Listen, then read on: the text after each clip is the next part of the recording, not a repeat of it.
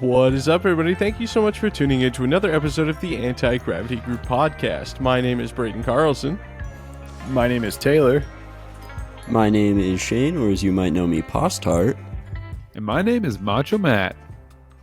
And I actually have a bone to pick with you, allegedly, Taylor, because if I recall correctly, your name badge, which you left in the RV that I found, says Jesse Taylor at Balls. Yeah, because they did me dirty. I don't know. It sounds like there might be a cover up here. Yeah. Wow. Yep. Dude, yep. I pulled the name badge out of the envelope, and apparently when they were making them, they said, "Oh, he must have entered it wrong. Here, let me fix it."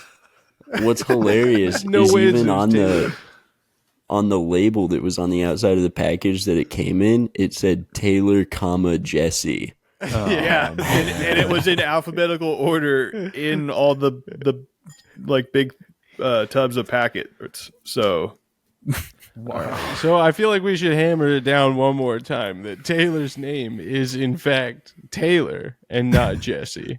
Yeah, at this point, I try to not even allude that Jesse is even part of my name because he's just gonna just latch on to legally change Taylor. Yeah, should be a one-name person like Cher. Yeah. Yeah. Just Taylor. Yeah. Yeah. Or just do a symbol like Prince did for a while. I think T's kind of cool. Yeah. T. Or Hey, what's up? TJ.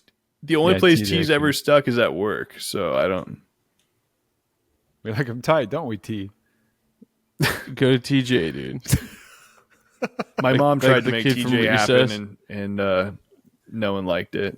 Rejected. What's up, Jesse? I don't see you as a specifically TJ. my dad when I say people. So All right, well, Yeah.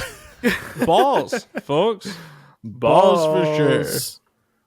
I want the cake. We'll talk about the cake later because Matt needs to see the cake. What? But God. today we were talking about balls. We now have, this year actually, 3 of the 4 of the Anti-Gravity Group members have achieved new personal best altitudes.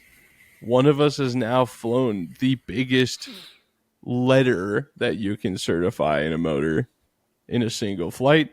And we're going to dive into that a little bit later. But first, I wanted to front load this time our Rocket of the Week project and remind everybody that you can submit your personal project to be featured right here on the Anti-Gravity Group podcast. You can do that by sending pictures of it to contact@aggpodcast.com, or if you are a member of the Patreon or YouTube channel member, you can join the Discord channel and put it in there in the personal projects tab. But so I'm going to share the screen real quick and give a brief description for those who are just listening. But this is, I believe he goes by TH0 on Discord. I don't know his actual name, but he's doing his level 3 with a 5-inch Wildman Drago. And Nice. there you go. That looks It's great. super long and super Wildman-y, but also not Wildman-y because it's Drago-y. It looks like it's getting masked up for a pretty cool paint job, though. So in the picture, it's yet to be painted. And he's doing M1297. Keep it nice and simple. And thanks for submitting your rocket. Anybody have anything to say about it? Check out those fins. looks sick. Yeah. Matt's about to buy a it looks Drago. good. You know. What That's is that? 3 or 4 inch diameter?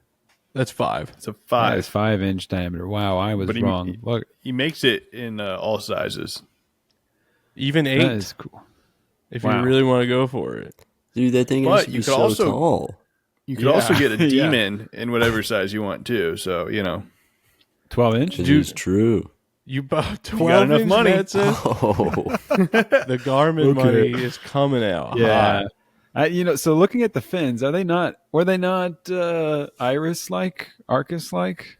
They've got a little bit of a downward taper on the. Okay, the I root thought there, I but- saw that. I really like the downward taper. I thought that added some, we'll call it drama. pizzazz. Yeah, okay. I was Yeah. going to call it drama, but yeah, you can call it what you want, really. Okay, Jesse? What? Okay, so how about we advocate for Matt to Matt, do? you cannot do that. Wait, what'd you say? he called him Jesse. Oh. We gotta advocate for Matt to do the 5-inch Demon for his level 3, and then you can get a 4-inch Drago, and then All that's right. like a good shredding it up at Arconia rocket. You can put some 3840 loads in there if you get the case. He'll never buy a case. Dude,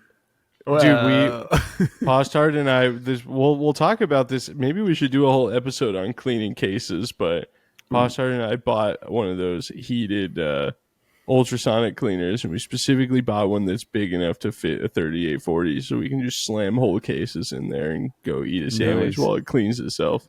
If you don't loan them out and they end up in the ground, Or if you put them in the ground and you need to clean them, there we go, and you find it somehow. Maybe it's just waiting for us in the lost and found. We don't know. That's why you have a bottle when you're just holding out hope. Yeah, I'm just that it's going to just appear there. Yeah. Wow. Okay, well, anyway, we're going to move on. We have a singular piece of mail in the mailbox. Contact aggpodcast.com, and it comes from, it just says EJ. It says, Dear Braden and the AGG, I just finished my first Punisher 3. Thanks for the inspiration. Yes. Round of applause for that one, Matt. Perfect. There you go. Yeah.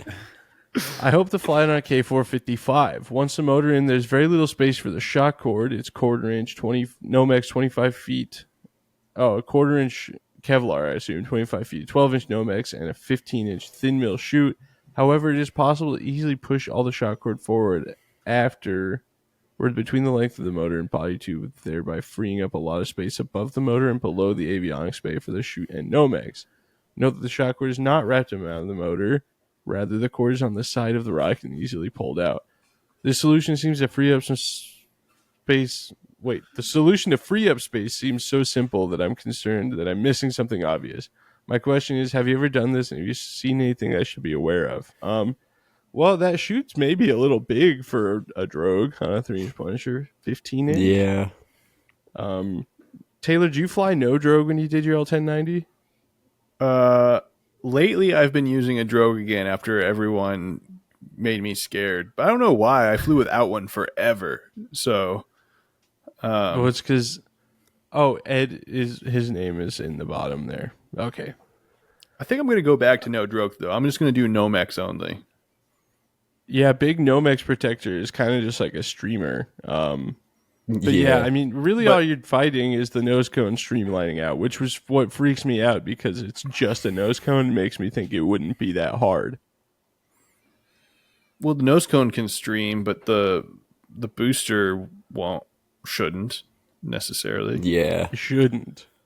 Well, it hasn't happened yet, so, But yeah, if it fits, fly it. As long as everything's connected and you can, just wrapping the shock pull cord that shock cord around the the motor case or next to it. That's not a problem. Don't. Yeah.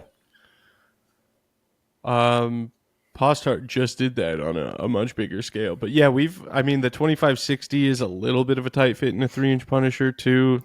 Not as tight as the 2800 or the K455, but it's if it fits, let it rip. If it fits, it ships. I've come up with that on the spot just now. Wow, and, that's very original. Thank you. Yeah, I've never heard that before. You should trademark that. I'm going to. Nobody's going to stop me. Well, thank you for reaching out. Ed, if you have any questions or comments about the show, you can reach out to us at contact@aggpodcast.com. Or again, you could submit your rocket to be featured in the personal projects channel on the Rocket Vlogs Patreon and members Discord. What if I make an anonymous account and start mailing in pictures of our rockets? I think people would pick up rather quickly on our rockets being featured as the rocket of the week. And I think we can roast them. We can just roast them. If we know that's our own. Look at this stupid rocket. Yeah. I thought about having people send in pictures of their rockets and have us roast them, but I don't know if people are ready for that. Well, if we advertise that we're going to roast your rocket, I think it could be fun. And like if they're aware up front of what's going to happen, then I think it's fine. Maybe that should be a True. bonus episode. If you want us to roast your rocket, send a picture of it to contact@aggpodcast.com and make sure you specify in the description or the email subject that you would like your rocket to be roasted, and then we'll just go to town. Yeah, well, we can give it a test run, and maybe if it goes well, we could make it a thing. Well, we can't do a test run if we don't have a subject to roast. We can make that that's happen. That's well, I'm saying we do one, but Dude, I'm just saying follow if through. it goes really well, maybe we could do it again. No, we got through. to commit and do a whole episode. Well, I know maybe we could do more than one episode. Oh, I see what you're saying. Make it Like, recurring. you hate to be that guy, but there are plenty of rockets that have things worth roasting. I could roast my own rockets. Yeah, Yeah, me too. same. We could go back and just all the pictures I posted on the Rocketry forum over the years and Dude, just Oh God, go to town. dude, we could easily roast the electronics bay of your minimum diameter rocket that flew over the weekend. Yeah, but Can't It roast worked. the sled though. yeah, I mean, It was big. the problem, like, it was inherently an issue with the camera in there, but I realized afterwards we really could have just like cut a piece out for the wire to pass in front of, of the circular base, and just kind of took a big chunk out of that, and that would have solved every last issue that we had. Yeah, we talked about doing that. Yeah, but then we didn't do it because Yeah. we were like, oh no, the GPS can only go up another like quarter inch, which was wrong also. And Couldn't you have made a little access hole to poke the button? What button? Oh, the switch on the camera button. GPS. Oh, Oh yeah, well that's through the top of the bulkhead, yeah. But the whole idea was that I could just reach in there before the bulkhead was on. But anyway, nobody knows what we're talking about because nobody's seen that rocket yet. yeah. We're on a tangent. Anyway, let's talk about balls. We all did amazing things with balls, and the first person we're going to put up to bat is Matt, of course. Thank you. All right. Yeah. I heard some pretty big things happen at balls. Whoa! Why did we you. rotate?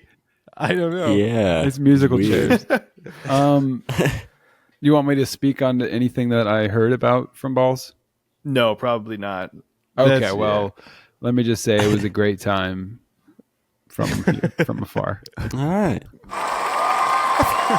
All right. Well, I guess we can talk about the first thing we should talk about. Maybe Taylor is our 2-stage project that did Yeah. not fly. Even though it was pretty ready to fly, we ran into Except some that it issues. wasn't prepped at all. Yeah. Well, we could have prepped it, but there was some stuff that wasn't really motivating to us in the first place to fly it, and also the looming recovery of my other flight that sort Yeah. of hampered the plans of everything throughout the weekend. But It we'll talk became- about that. Yeah. Well, so day one, I was super tired from basically getting no sleep. And so I wasn't locked in. Then Braden's adventure was sort of happening, or at least, it needed to happen. And I could tell neither of us were locked in, and there were some issues with the rocket that needed to be handled, and I didn't feel like either of us were really locked in to handle what needed to happen. And if we were going to do it, I figured we should really like commit and not just fly a rocket to fly a rocket and try to Yeah. make it like successful. I didn't want to, we saw so many 2-stagers over the weekend come off the pad with a horrible angle of attack, and then just like didn't like the second stage. And it's like, if that's probably going to be the outcome, we should just save the M2050 and try to do it right. Yeah, I mean, it's not really a rocket that's just like, it's trivial, we'll give it a shot. It was supposed to go higher than my minimum diameter N by quite a lot, so it was not something we really felt like gambling. But in case you guys didn't get it, Taylor's been dropping hints over there. This week's episode is sponsored by the phrase "locked in." We get paid $15 every time someone says it. So you mean LOC'd in? Yeah. LOC. But yeah, so the 2-stage remains unflown. We've got motors, we've got rocket, we've got interstage. It will fly. We just don't really know when yet. We just need to fiddle, and I don't know if you've heard, but be locked in. Locked in. Yeah, we weren't locked in is all. But you know who was locked in over the weekend? Postart. Tell us what you did. He was Postart. locked in. He was the most locked in of all of us. A little bit. I don't know. I don't know about that. You definitely were. You had stuff to do, places to be. You went places. You were telling us all weekend. That's a good point. Where'd you go, Shane? Where'd you go? Places. A lot of places. Met a lot of people. Saw a lot of things. Oh, wait. Before we drop into Postar's places, people, and things, can we talk about the cake? Oh, yeah. Let's talk about the cake. Balls cake. Yeah. Listen. The name of the rocket launch is very on the nose, right? But Gary Rosenfield from Aerotech posted something on Facebook that may just be the best out of context image I've ever seen in my life. And from now on, I know what I want every birthday cake to look like moving forward. So can we put it up for the viewers? Yeah, that's what I'm about to do. I was about to say, if you're not watching it right now, and you're friends with Gary, or you just look Gary Rosenfield up on Facebook, scroll down, find it, or you can click pause for a second, hop on over to the YouTube channel about 17 and a half minutes in, and you can see this. Plus, it's going to be worth seeing Matt's reaction because he hasn't seen this yet. So, ladies and gentlemen, I present to you the balls cake.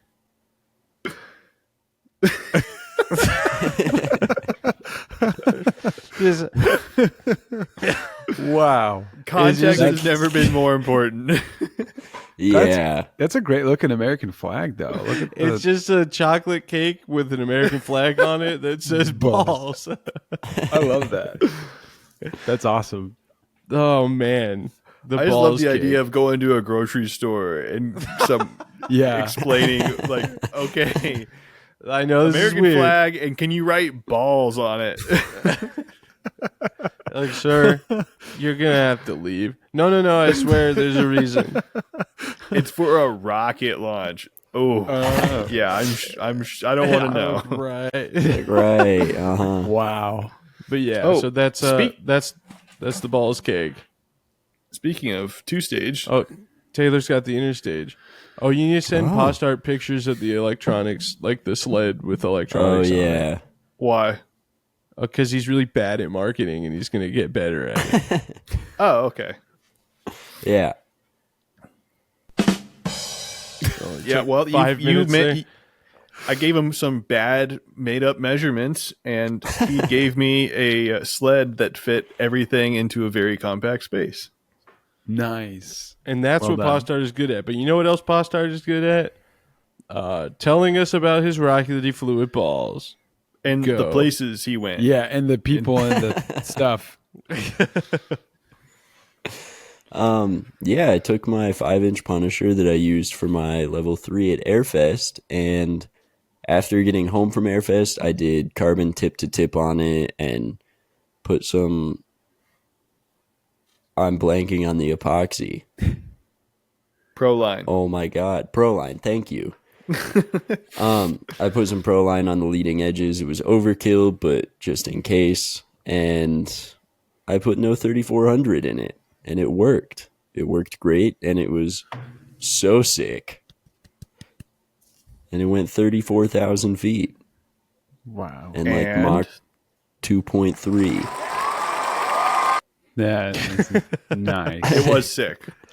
It was really good. So it got sick.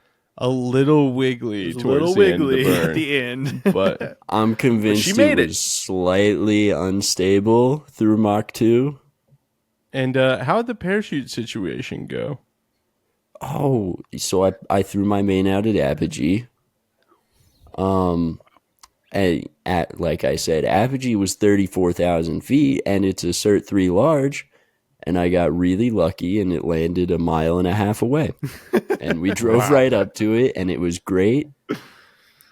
Wow, that must be nice. And we lived It happily ever was. after. We Yeah, high-fived and held hands and skipped all the way back to the flight line. Wow. Yeah, we Came did. back, ate Missed ice out. cream because we had an RV, so we brought ice cream. We 'cause did it was eat a ice freezer. cream, yeah. What kind of ice cream? Well, me and Braden had tonight, though. though.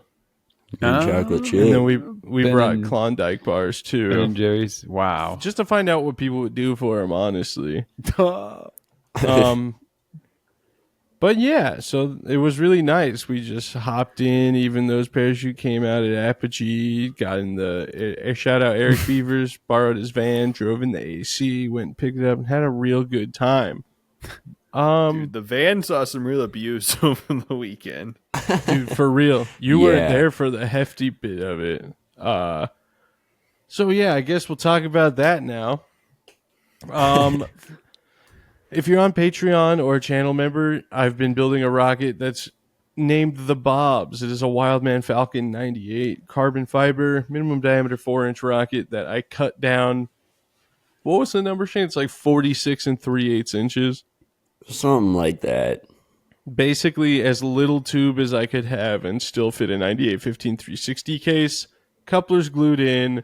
The video will be out eventually, but if you're curious basically about how I built it, you can, one, go watch my M1675 JB Weld video because I built the rocket pretty much exactly the same, or two, you can go to my Patreon, patreon.com/rocketvlogs, or if you're watching this on YouTube right now, click the join button right below the video, and you can see all the behind the scenes stuff from building the thing and the onboard video.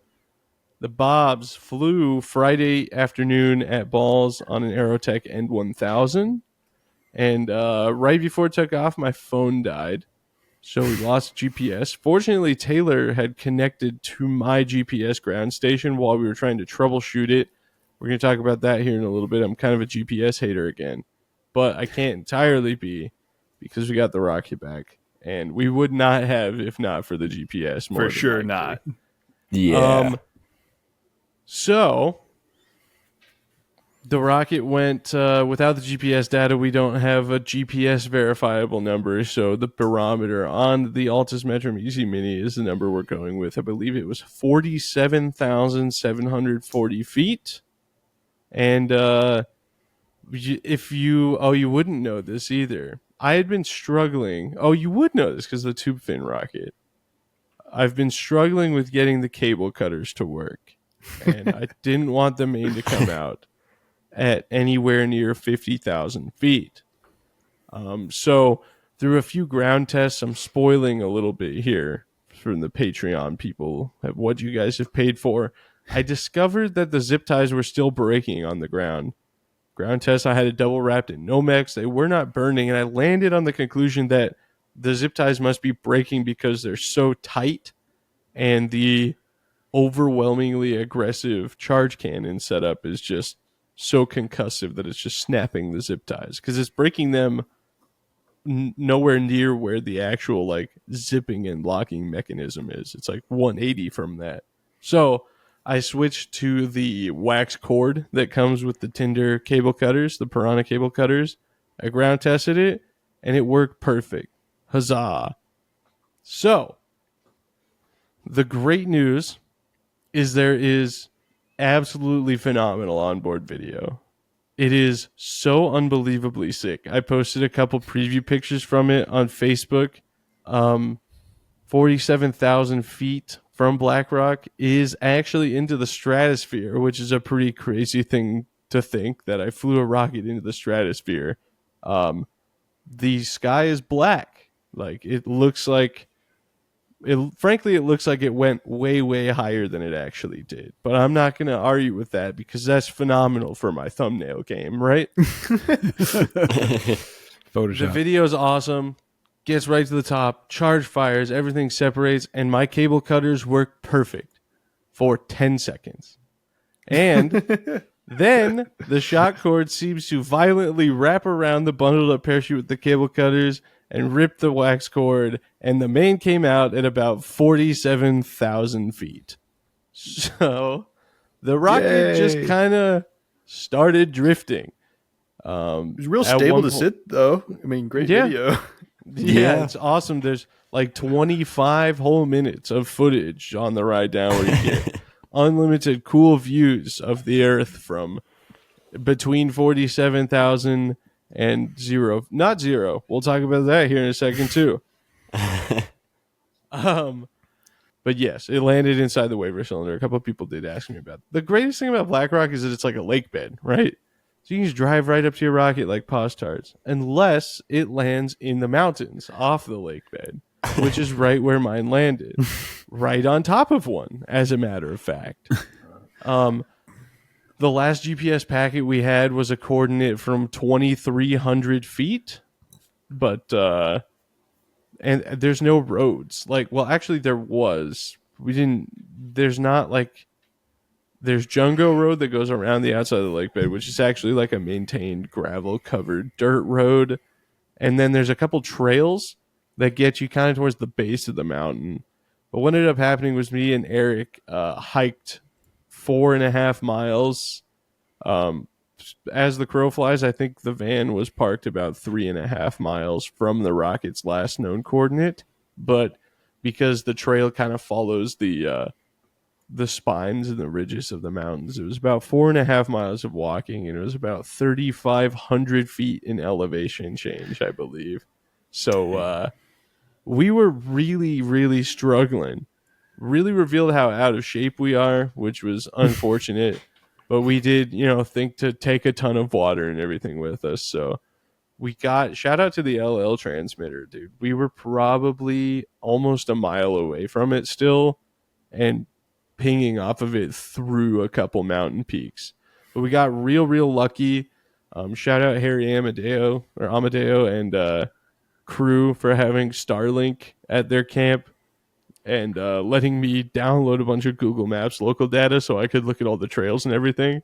We found one trail that was only about half a mile from the last coordinate of the rocket, and we've tracked it all the way down to the base and got as far as we could, as close as we could to that trail in the van, walked it, and then we were basically on a road all the way up to the last half a mile. And it's a road that was probably until the last quarter mile that we were on it, like completely passable by like a Polaris Razor. Dirt bikes for sure could make it up there with no problem.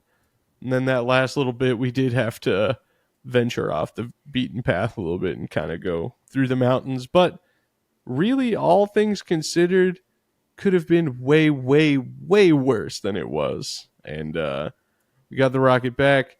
My delts cramped up, so we had to sit there for a minute while I cried and contemplated what was happening. But yeah, got the rocket back. 47,000 and change, almost 48,000, like Mach 2.08 or something like that. And the 2K clear coat held up pretty good. But again, if you haven't seen the rocket, you don't really know what I'm talking about. So you'll have to wait until the video comes out, or you can go check it out on Patreon. Yeah. So new altitude record achieved. As Taylor and Postart were quick to point out, the highest of the anti-gravity group. But I knew it was going to come with some sort of a backhand, so I just handed it out for them. Yeah, I know for the sake of argument, the moment it comes up, it's going to be like, oh, well, you didn't pay for it, so. Oh, by that logic, though, Postart's O doesn't count either. Yeah. Wow. Maybe Taylor's just dumb for spending his own money on rockets. Have we considered That's that? possible. Clearly, yes.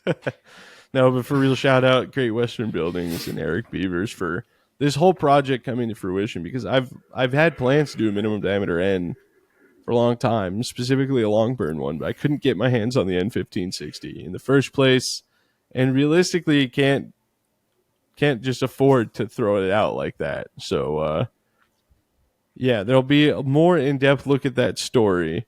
But since you guys are awesome and listening to the podcast, you get to have a little behind-the-scenes look at it and hear about it. But yeah, so it took us about 5 hours to recover the rocket. We got up at 6:30 a.m. and made it back around 1 after we settled in and actually got everything. But yeah, Matt, you would have loved it. It was an adventure. No, that would have been great.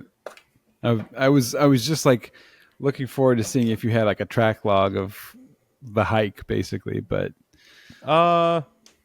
maybe I can't remember for sure, but Google Maps might have something for me. But I can definitely map it out for you and show you what it was. Yeah, I'd love to see it. It really wasn't that bad. It's just it's a mountain. It's uphill one way the entire way, and it's like I've elliptical and all that, and I've been trying to be proactive about exercising, but like real world elevation like that, I don't know that I would have chosen to go 4.5 miles one way if I was just out on a hiking adventure. But could have been worse. It could have been way off in the mountains. It could have been July and 110 degrees out there. It was actually super pleasant. There was a really good point where we were up on one of the peaks where we could see just like a beautiful view of the launch site. So it was very awesome. Like serene in its own way. I can tell you the coming back down went way faster than going up, though. That's for sure. Gravity. That's what I've always said. Gravity. But yeah, so that wraps up all of our flights, and I'm kind of curious. We'll go around. Taylor, what are you doing over there? All right, we'll go around and see some of our favorite projects from Balls and some of the cool things you guys can look forward to seeing in the Rocket Vlogs Balls video. That want to give a special shout out to Postart for filming everything while I was either flying or recovering the N1000 rocket. Honestly, there's not a lot that I remember seeing at Balls because I was... And somebody get out the paperwork, make sure we're tallying this in, locked in on the N1000. So, based on Taylor's reaction to that hilarious joke, I'm assuming he couldn't hear me because that was quality content. So now, actually, I am curious, Matt, what did you see like from the outside looking in for Balls? I heard something from Taylor about two-stage P and something. Yeah. That was Ken Overton had a two-stage P to P rocket. I believe it was both 8-inch diameter rocket, 6-inch diameter motors for both stages, and boosted. The first one KO'd. But I kept rolling because the rocket was going so straight that I was like, it might light the sustainer anyway. And it did light the sustainer. So I was like, oh, no way. And then about half a second into the burn, that motor also KO'd. That's pretty rare. Sounds like the rare double KO. You do not see it a lot, especially in 6-inch motors. 2-in-1 for the price of 2. Right, yeah. So unfortunate that happened. Sorry, Ken, but man, what a spectacular thing to see. Postart, what are some things that you recall? All of the M1378s. Yeah, I kind of wanted to touch on that a little bit actually. So they were doing I think it was M cubed was the idea, but people just kept calling it the M3. Scott Cormeyer from Loki put on this contest where they were just doing an altitude contest with that Loki M1378. If you're not familiar, it's a 54 millimeter M motor, so super long. And I get safety and being careful and everything, but they were maybe a little extreme on the safety aspect with the M1378 contest because they Yeah. had all of them flying from 2,000 feet away and were like, if the first two don't work, then no one's allowed to fly the rest of them. And they had like a special multi-layer RSO setup specifically for these projects. And this is just the side of the story that we got, so we don't know what was going on in the other half's heads, but it is balls, and there's things happening like 4-inch motors just completely detonating from 500 feet away, and a pretty massive sustainer came in ballistic relatively close. So it's interesting that there was some stringent crackdown on the safety requirements of the M1378 stuff. Granted, that Tuesday's project in particular. Oh, welcome back, Taylor. Welcome back, Taylor. That would have been class 3, so yes, there's more stringent approvals required for class 3 stuff, but I don't know. From my perspective, it did seem a little bit extreme. What about yours, Taylor? What? The were we talking- M1378 restrictions. Oh, they seemed a little extreme, but I kind of get it, but also don't agree with it, but Right. kind of do, but don't. Yeah, I don't know. Yeah. Yeah, it's like I was saying, it's kind of one of those you hate to be a fence sitter situations, but like I understand the perspective of both sides, but it's just like there's between going to class 3 and 100,000 feet, which is where like the additional RSO stuff starts really coming down. There's a lot of crazy things you can do within that space that if the 54 millimeter M rockets are going to be held to that standard, that maybe those should also be, or if they're not going to be, maybe the 54M rockets shouldn't have been. But because you could still technically you could show up at balls and fly a full O motor to 99,000 feet without any prior approval, right? Yeah, It's not class 3 and it's not 100,000. Yep. You might be pushing it. They probably wouldn't be thrilled if you showed up with that exact spec on hand, but yeah. I think because they got put out extra far too, and that probably wasn't a horrible move, but all the scrutiny seemed unnecessary. At least like the whole if the first 3 shred or if the first one shreds, we're shutting you down or whatever. Which they did briefly after one shredded, because one worked, and then after one shredded, they got on the radio. The first one shredded, the second one worked, the third one shredded, I think. Yeah, and that's when they got on the radio, and they're like, "We're going to have to hold off on any more of the M1378s for now." And so I don't know what ended up being the review process. They did eventually let them fly, but it's again, I understand being safe and everything, but it seemed a little targeted, I guess. Yeah, I mean, if you're going to at least hold everyone to the same standard, if you're going to be that critical. Right. I mean, we can just say it, having been recipients of that type of situation. It really just seemed like these are young people, so this is going to be bad type assumption. Which may or may not be fair, but it is balls. That's what that place is for. At any rate, Taylor, what we were talking about when you couldn't hear us was some cool stuff that we saw at balls. Matt brought up having heard about Ken's double P Kato.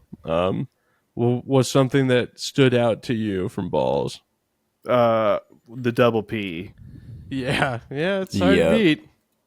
Did you Um, leave before Robert DeHate tried to fly? No, I Did saw you see it. that? Yeah. Yeah. Eric and I saw it from on the mountain. Damn. I was like, that seems like a really huge ball of smoke with no direction that maybe shouldn't have happened. Yeah. The M685 that took a horizontal trajectory. Oh, And did a full loop. I Are you missed talking about the the loop, two-stage? but Oh, yeah. yeah. It was an M685 to L265. Dude, Longburn to Longburn two-stage is a bold call. Yeah. It has let's see, static stability but not dynamic stability, I believe is the correct way to state that. Yeah, the guy actually posted a really fascinating panoramic sequence shot of the rocket on Facebook tumbling.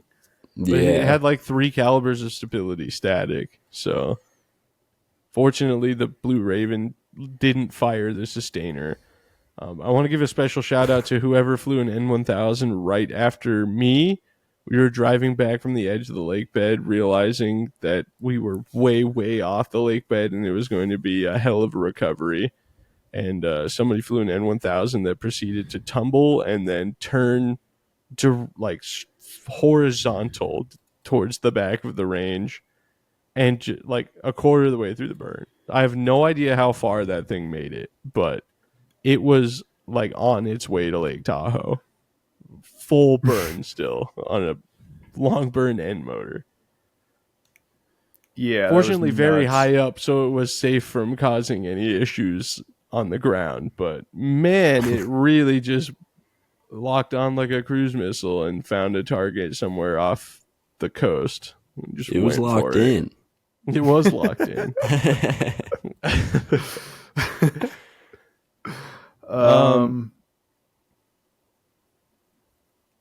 Yeah, I don't know. I'm blanking trying- out on. Also, I want to give it while we're here a special shout out to Tony Alcacer. We've talked about his YouTube channel before, how he just hand makes propellant and hand makes rocket motors and stuff. I mean, I walked up to him. I was like, my rocket's out here. And that man has been to every square inch of every mountain surrounding Black Rock. He knows where all these landmarks are and all these roads. And he gave some super helpful advice for what to look for recovering a rocket out there. And yeah.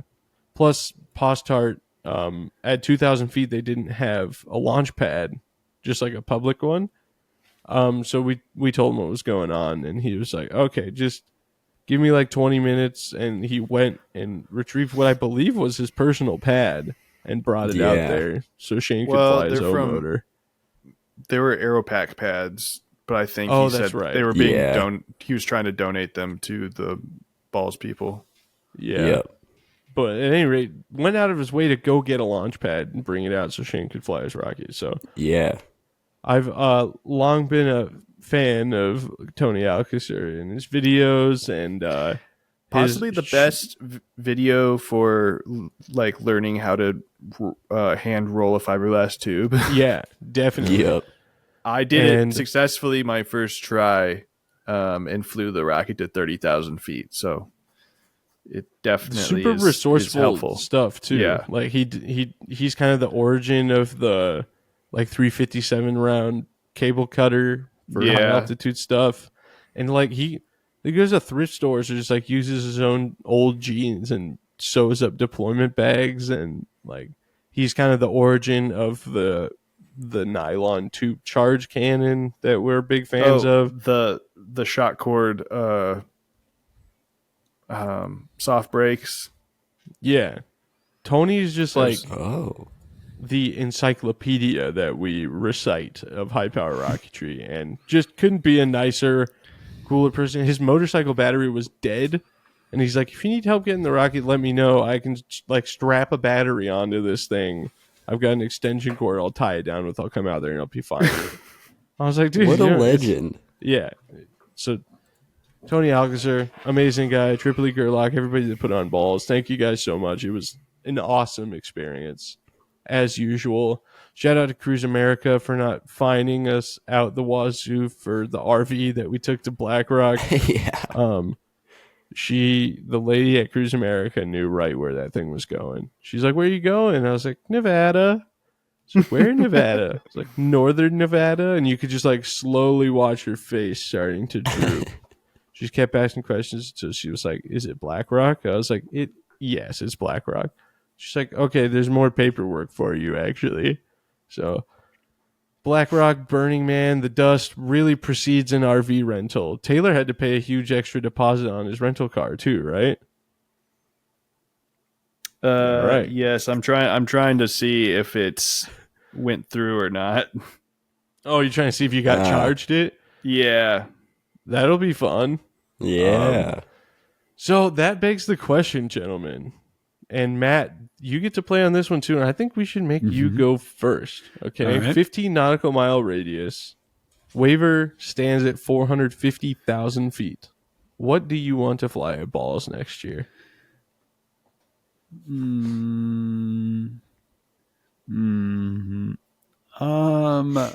My space shot. Dude, that would actually be hilarious. Yeah. You have to build it to fly on a K though, because you're not supposed to fly a commercial motor under K. Yep. Oh, okay. Okay. I don't know. I'm telling you, if you get the 5-inch Demon, just bring that thing out. I think, dude, don't you think Matt would thrive at Black Rock? I think he would love it. In what way? Just he would have a good time, just chatting with yeah. everybody. Yeah. It's like camping. Yeah. I could. Yeah, dig that. well, he does like camping. Yeah. Yeah, he'd It's a probably little like chilly. But everybody's got campfires. Everybody's got food. We brought ice cream. You just get to hang out and look at the man. stars. It's a good time. That sounds like a it good was- time. It was Dude, fun. it looks like I made it. It looks like I made it out without getting charged. Yeah, rental car. baby. Nice. I was worried because it said it wasn't in the pending list anymore, and so I was checking to see if it went to into the charge category, and it's just gone. So the same thing happened to me, which I should have seen coming. I don't know why I didn't think of this, because I flew into Reno and rented a car, and At like they're midnight. yeah, getting super late, and there's like, I think it must have been the manager, and it was just like, well, where are you taking the car? And I'm like, the desert. Well, no, Dude, I didn't say. like... Actually, I didn't say the desert. I said Gerlach. She's like, that doesn't sound like a place. And I was like, it is. And she looks at a map and she's like, are you going on the playa? And I was like, no. I'm gonna. I'm meeting some people, friends there, and they're gonna take me out there. She's like, okay, so you're gonna get charged $750 as a deposit, and we won't even go over the insurance because since you're taking on the playa, it'll cancel it'll breach the contract, so we won't even need to worry about that. And just going all in, and I'm like, oh man, I'm so effed. The RV people well, at that point, a nightmare. At that point, I was like, "There's no going." I don't have any other options. It's just what it is. Right. So, yeah, the RV place. She was like, you paid for the zero damage plan, but because you're taking it out of the playa, that doesn't apply to the air conditioner or the generator. And she's like, the dust just kills generators and the AC, and it's like $5,000 to $6,000 to replace them that you'll be completely liable for. So we didn't run the AC, and Shane and I built an additional filtration system to put ahead of the generator's airbox with a furnace heater. And we only ran the generator for an hour total, an hour and 10 minutes or something like that. Yeah, just enough like to keep the battery alive, keep the ice cream frozen. It's Yep. important. the thing that saved me on the car, and it actually worked, is like once I became like, I'm like, how am I going to get out of this? And I was like, okay, well, I can clean the outside, but the inside, you will never get the dust out. And so before I pulled off the road onto the playa, I shut all the vents, turned it on recirc, turned the blower motor off, like just closed all of that up, then made sure not to get behind anyone's big dust cloud, and then got there and parked it and did not open a door the whole time until I left. Dude, And- we on the way out in the RV, we did the same thing, but one of the roof vents popped open. And it was so dusty inside.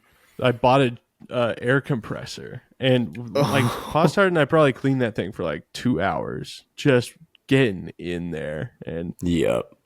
it was really satisfying how nice it came out, if I'm honest. But like, yeah, I was putting it like in the ventilation system and blowing it all out. And hopefully nobody from Cruise America watches this. But I mean, if nothing else, it shows that we actually really cared about not destroying the thing. We did everything within our power to make. Luckily, we both have a decent amount of detailing experience, so we brought out the drill brushes. We brought all the stuff. Yeah, we had all the stops pulled. Yeah. I can only imagine though what the like Burning Man people That's what I'm saying. Is I feel like to that stuff with no the care amount in of the world. fear they're putting into you stems from the nightmare Yeah. fuel that they've I'm like, probably seen return. Yeah, Yeah. the stuff they've seen is probably unimaginable. The way they're like it. I was like left the rental car place. I felt like I committed a crime. Right, dude. I know. Like, I'm gonna get arrested. It was like Shane and I when we were waiting for the guy to finish the inspection. It's like we were sitting waiting for sentencing. We're like, Yeah. all right, let's see how effed we are. Dude, Yeah, when I it's dropped off the awful. rental You actually did an amazing job. We were like, when I dropped off the rental car, the guy was, because it's it's one of those where you just pull up in a line and give the guy your keys and walk away. And yeah. he's just like, I still have to look at a few things real quick. He's like, did it work well for what you needed it for? I'm like, yeah. And he just was like way too nice and customer servicey. I'm like, this is a trap. He's getting ready to ask me if I took it to the desert. And then he's like, all right, you're good to go, man. Have a nice day. I'm like, oh my God. Dude, we stopped in Lone Pine, California. They had an RV, like DIY car wash. Yeah. So that's nice. That was phase one of really getting in there. Dude, I mean, under the hood, everything. I was like, we are going to town on this thing. if I had left any later, I wouldn't have had enough time. Because I ended up going to Target and buying some shorts because my pants were super gross. And then I was like, I'll find a car wash. Literally, like, everyone's like, so I got in the automatic car wash line. I was like, I'll do this first. I'm like 3 cars deep, and somehow each cycle is taking like 10 minutes. And I'm like, this is the slowest car wash in the world. And then, like expected, it didn't get it fully clean, which I was expecting. And so I was like, I'll do it by hand. But like every bay's full, like people just taking like a half hour. I'm like, this is clean your car day, apparently. There's a lot of pride in the automotive world in Reno. Apparently, yeah. And so I finally get in there at like 2:30, and I needed to turn the car in at 3, and I still needed to fill it up with gas and all kinds of stuff. And so I'm rolling out at like 2:48 to the gas station, and then luckily I was like 7 minutes from the airport, but it So was it's a good little thing you too didn't close come on the recovery adventure. Yeah. We probably could have booked it back and made it there before you left, but we were a little leisurely with it on the ride down. It was we were definitely faster, but we kind of were like, no need to like run down this S. You know what I'm saying? We're already, dude. And Eric too. He was like, I was dead, like, because then they proceeded to drive all the way back home. So we got home at like 7 a.m. He's like, I slept the entire day and then all the way through the night. And he's like, I slept most of yesterday. I was like, I'm feeling it, dude. I got sick on top of that. So I'm just sitting here powered by Dayquil trying to do my work with my eyes just like half closed. And I'm like, nah, we got this. But anyway, Taylor, what are you flying at Balls next year? A 2-stage? Probably. I don't know. It's too far away. I'm not committing yet to anything. He's not no locked in. BlackRock ambitions. Yeah, I'm he's not locked in. Yeah. I'm gonna have to get locked in early because Yeah, you got too much stuff going on. for one, I'll show up and fly one of your ambitious projects for you. Yeah, I'm gonna need you for one of them. What is it? Yeah. The Punisher. Oh, So I have a CTI N1560, and I've decided after talking with Kip and talking about the project and playing with SimFiles and stuff that I'm just going to go as hard as I possibly can with it. And I know I've been a big advocate for not doing tip to tip, but I want the thinner fins. So it's going to get tip to tip. I'm buying a vacuum bag setup. I just bought an air compressor to run with that vacuum bag setup. well, I'm how gonna build- fast is it? How fast is it supposed to go? Like over 3. Oh, Yeah, which is terrifying on a long burn motor because it's going to stay there for 10 years. But so what? that's also assuming the altitude that Rastro says right now, which we don't really need to worry about being accurate because it says like 95,000 feet, which is obviously a bunch of S. But yeah, so I've got that going. And you know what really, really is tickling my fancy right now? Just What? putting a 2-foot parachute in it and dropping it on the lake bed. Because that's what the current N altitude record is. And I'm like, if it's slow enough to not break my fins off and not break my case, like bend my case, then it's slow enough for me. The hike was nice looking back.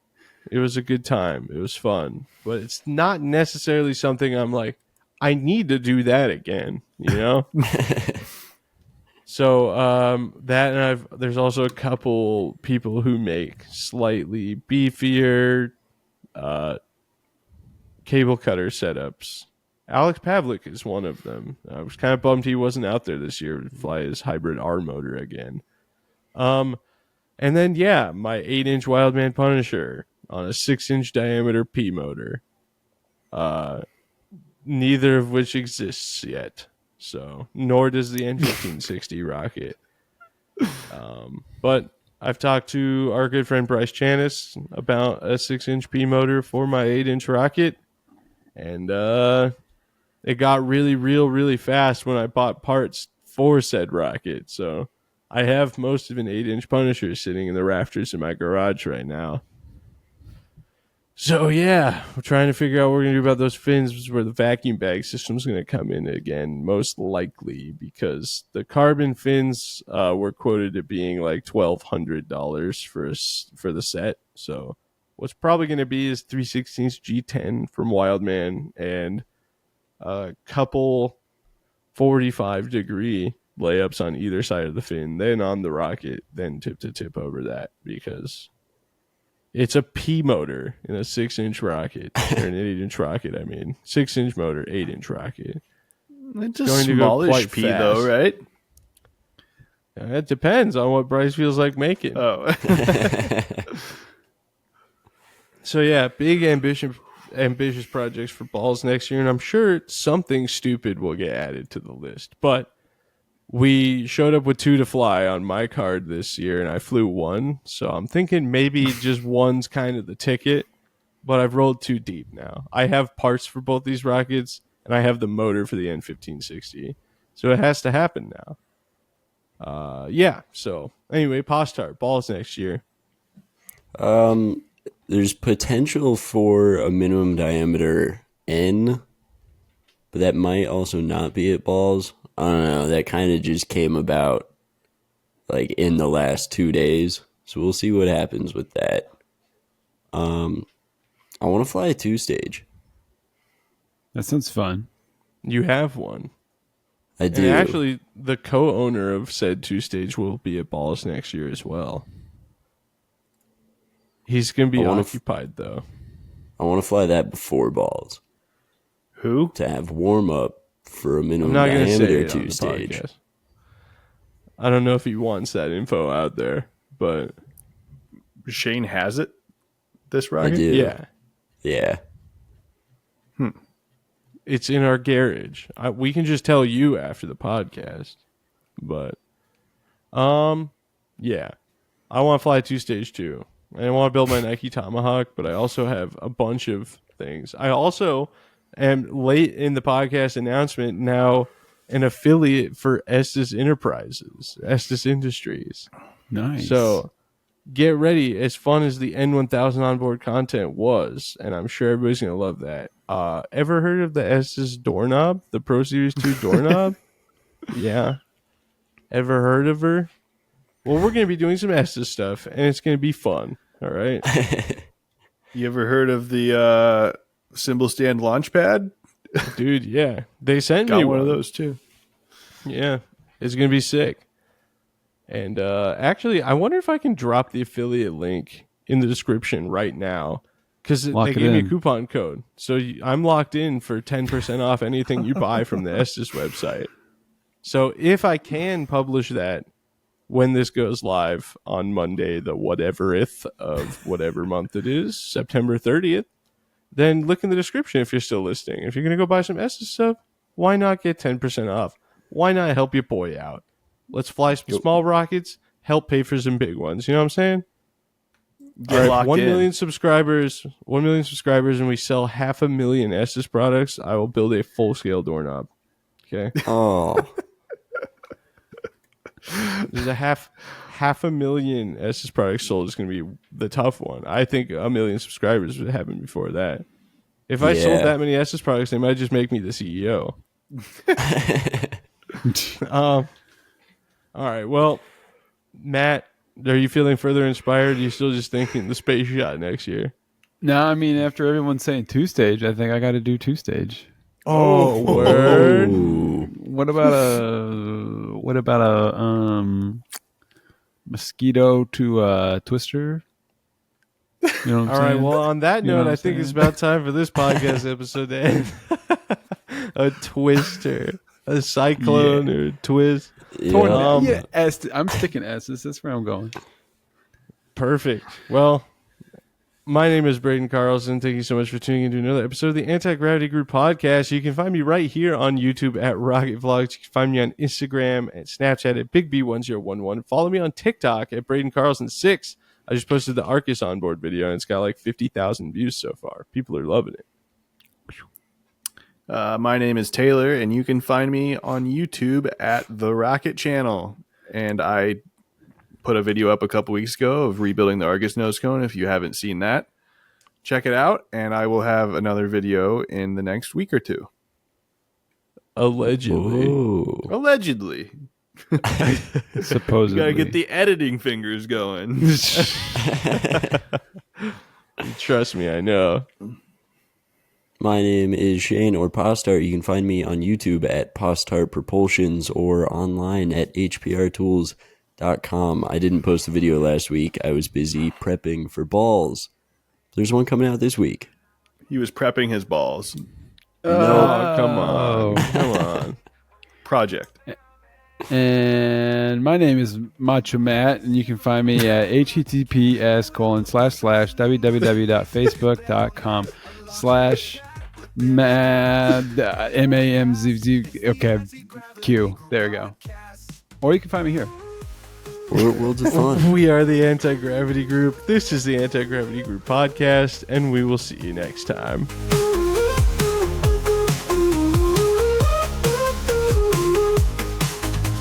We might just hear from Nigel the Rocket Cat. Load up the professional masterpiece, you can bet on that. A launch and a chat with them is guaranteed to be a blast. It's the Anti-Gravity Group podcast.